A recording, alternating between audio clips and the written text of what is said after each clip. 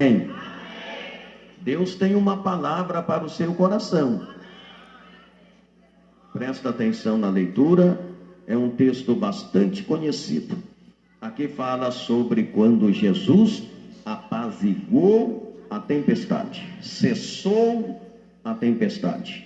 Diz assim o texto: naquele dia, sendo já tarde, disse-lhes: passemos para outra margem. E eles, deixando a multidão, levaram consigo, assim como estava no barco, e havia também com ele outros barquinhos. Vamos voltar ao versículo 36. E eles, deixando a multidão, o levaram consigo, assim como estava no barco, e havia também com ele outros barquinhos. E levantou-se grande temporal de vento, e subiram as ondas por cima do barco, de maneira que já se enchia d'água. E ele estava na popa, dormindo sobre uma almofada. E despertaram-no, dizendo-lhe: mestre, não te importa que pereçamos? E ele, despertando, respondeu o vento e disse ao mar: cala-te e aquieta-te. E o vento se aquietou e houve grande bonança. Pronto, somente até aqui. Tá bom até aqui. Levanta a sua mão ou a Bíblia. Aleluia. Levanta a sua mão ou a Bíblia e ore dizendo assim: meu Deus, eis aqui a palavra do Senhor. Fala, Deus, ao meu coração, pois eu quero ouvir e preciso ouvir a sua palavra. Sei, Senhor, que ela é santa, ela é fiel, ela é poderosa, é inerrante, é infalível e é digna de toda a nossa aceitação. Senhor, eu estou pronto para ouvir, mas não somente ouvir, guardá-la no meu coração para vivenciá-la e praticá-la, porque a sua palavra precisa ser ouvida, guardada, vivenciada e praticada. E eu estou pronto para isto. Amém. Aleluia. Pode tomar o seu assento, por favor. Glória a Deus.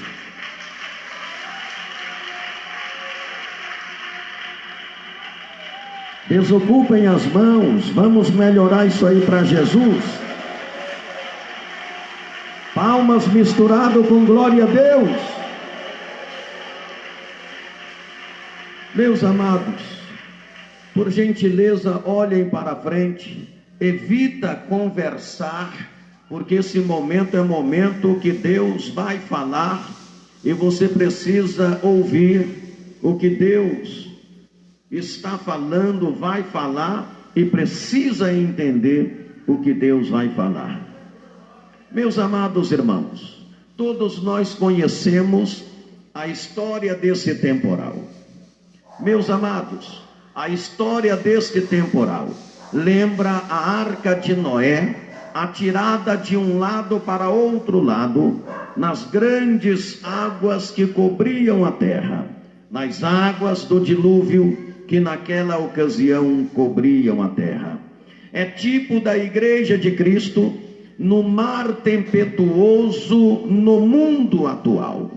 Nós, na qualidade de igreja de Cristo Jesus, sofremos essas tempestades uma após outra no mundo atual. A palavra do Senhor está dizendo que, sendo já tarde, no mesmo dia em que ele, Jesus, se esforçou em proclamar a sua palavra por parábola, sem descansar, ele saiu para levar a sua mensagem ao território de Gadara e para libertar um homem completamente subjugado por Satanás. Cristo Jesus podia ir por terra seca. O lugar não era muito longe, não era muito distante, mas ele resolveu ir por cima das águas, exatamente para mostrar que ele tem poder tanto sobre a terra seca como sobre as águas. Eu disse para vocês que o Senhor Jesus Cristo, ele saiu em um barquinho com alguns dos seus discípulos, entra no mar com aquele barquinho para ir ao território de Gadara. Ele ia passar para o outro lado, e do outro lado estava o território de Gadara. Lá existia um homem, o chamado endemoniado gadareno, um homem completamente subjugado e oprimido por Satanás. Há quem diz que quando Jesus entrou naquele barquinho, junto com os seus discípulos, e começou a navegar para passar para o lado de lá, a fim de chegar no território de Gadara, o próprio inimigo levantou a grande tempestade para impedir de Jesus chegar até a cidade de Gadara, porque a cidade de Gadara estava sendo atormentada por um homem subjugado por Satanás, o endemoniado gadareno. Vocês conhecem a história. E Jesus estava indo para lá a fim de libertar aquele homem. Os demônios, sabendo que Jesus estava indo para o território de Gadara, e os demônios teriam que inevitavelmente se confrontar com Jesus em Gadara. Então há quem diz que aquele temporal em alto mar foi provocado por Satanás a fim de não permitir que Jesus chegasse ao território de Gadara. Aleluia, glória a Deus.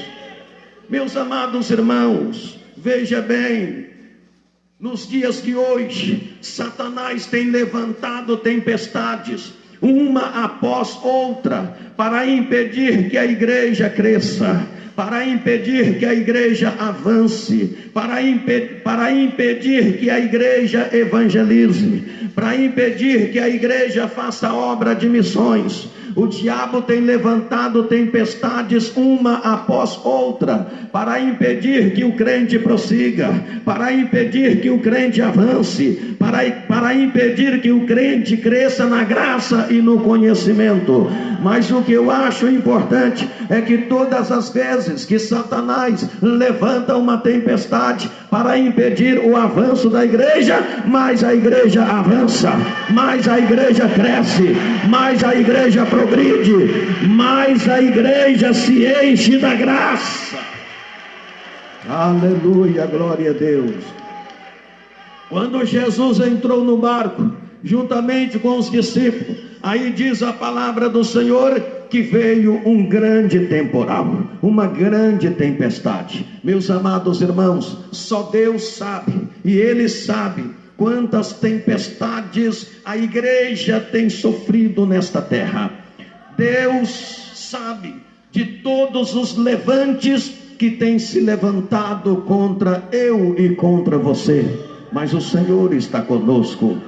Quantas vezes, quando as coisas parecem que estão caminhando bem, de repente as coisas mudam. O vento da adversidade bate de todos os lados na nossa vida, e muitas vezes há falência no comércio, um membro se desvia da família. Veja bem, a dificuldade vem e a necessidade aumenta. A doença, como uma víbora, apodera-se de um querido. A morte entra no lar. O marido vai embora de casa e vice-versa. A dor da separação parece uma dor inseparável. Os ventos de contratempo batem do lado de fora do barco, e os ventos da dúvida bate no lado de dentro do barco. É quando o crente começa a analisar tudo o que está passando, os levantes, as tempestades, e ele começa a falar com Deus: Deus, será que eu vou suportar? Acho que eu não vou aguentar, acho que desta vez eu não vou suportar, Deus. Parece que bate um sentimento de dúvida, como não se bastasse os ventos da adversidade batendo do lado de fora do barco, aí vem os ventos da dúvida batendo do lado de dentro do barco, e o crente começa a ter um sentimento de dúvida, e parece que ele não vai suportar, e até diz: Senhor, onde está o meu erro? Onde está o meu pecado? O que é que está acontecendo? Eu não vou suportar. Meus amados irmãos, nunca convém concluir, portanto, que grandes provações indicam sempre que estamos desagradando a Deus, e nem nos convém pensar que os sofrimentos são sempre provas de que Deus não está conosco. Eu sei e entendo que muitas vezes, muitas provações e tempestades são exatamente uma prova que alguém não está desagradando a Deus, mas nem sempre é assim, nem sempre é assim. Você pode estar agradando a Deus, você pode ser fiel a Deus, você pode estar servindo a Deus devidamente, que os levantes vêm. O Senhor Jesus disse assim: olha, no mundo tereis aflições, mas tem bom ânimo, eu venci o mundo. Jesus, Ele nos dá força para vencer, Ele nos fortalece para vencer, Ele nos dá segurança.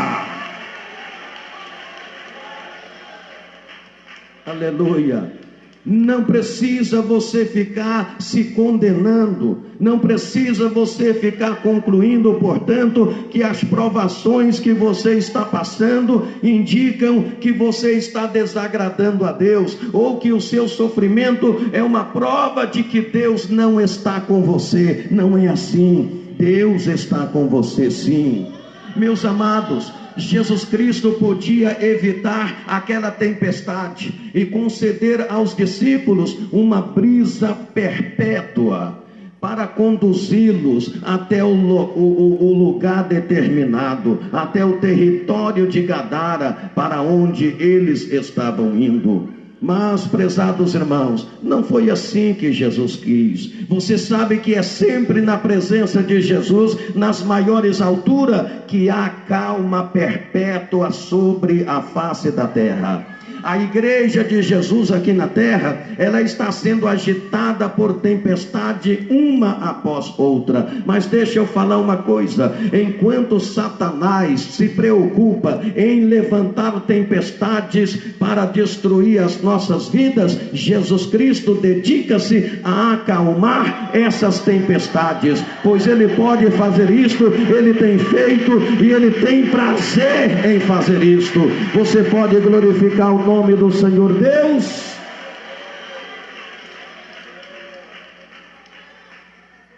A Bíblia Sagrada diz uma coisa: a tempestade estava assolando os discípulos, o barco estava para quebrar, a água já estava cobrindo o barco, as ondas eram bravas, o mar ficou bravio, mas a Bíblia Sagrada diz que Jesus estava dentro do barco. Diga comigo: Jesus estava dentro. Diga mais forte: Jesus estava dentro. Meus irmãos, Jesus estava no barco. Enquanto Jesus está a bordo, o barco não pode ir a pique, o barco não vai a pique. Veja bem, lá na época de Moisés, a sarça ardendo em fogo, enquanto Deus estava nela, ela não se consumia. Se Jesus Cristo está conosco, se Jesus Cristo está a bordo do nosso barquinho, a nossa vida não pode ir a pique e nem se consumir, porque Jesus está dentro. O nosso barquinho pode estar sendo agitado, jogado de um lado para outro lado, mas se Jesus estiver dentro dele, o barquinho não vai a pique, a nossa vida não vai se consumir, porque Jesus está a bordo dele.